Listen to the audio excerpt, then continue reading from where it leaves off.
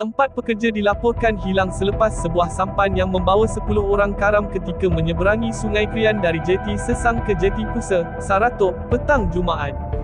Menurut Jabatan Bomba dan Penyelamat Malaysia Sarawak, insiden berlaku kira-kira jam 5.30 petang.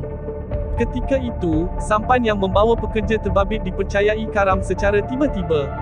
6 orang berjaya menyelamatkan diri dengan berenang ke tebing sungai, manakala 4 lagi gagal dikesan sehingga kini. Mangsa yang masih hilang termasuk seorang lelaki tempatan, Muhammad Asfar Sulaiman berusia 25 tahun. 3 lagi ialah warga Indonesia, masing-masing dikenali sebagai Gunawan Pawadi, 35 tahun, Budianto Yapani, 50 tahun, dan Keriwano, 41 tahun.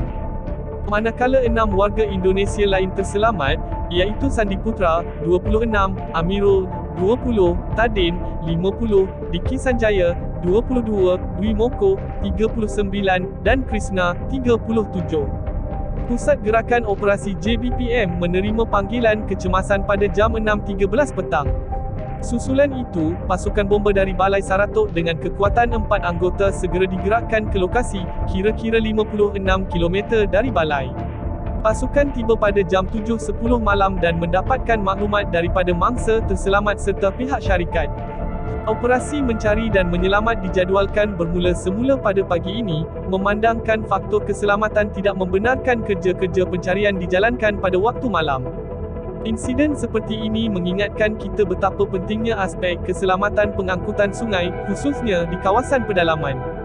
Pemakaian jaket keselamatan, pemantauan jumlah penumpang, serta keadaan cuaca perlu diambil kira bagi mengelakkan tragedi berulang.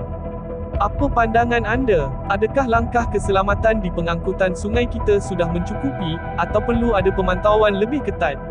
Kongsikan pandangan anda di ruangan komen. Ikuti perkembangan lanjut insiden ini di saluran kami. Jangan lupa tekan butang langgan dan aktifkan loceng notifikasi supaya anda tidak terlepas berita terkini.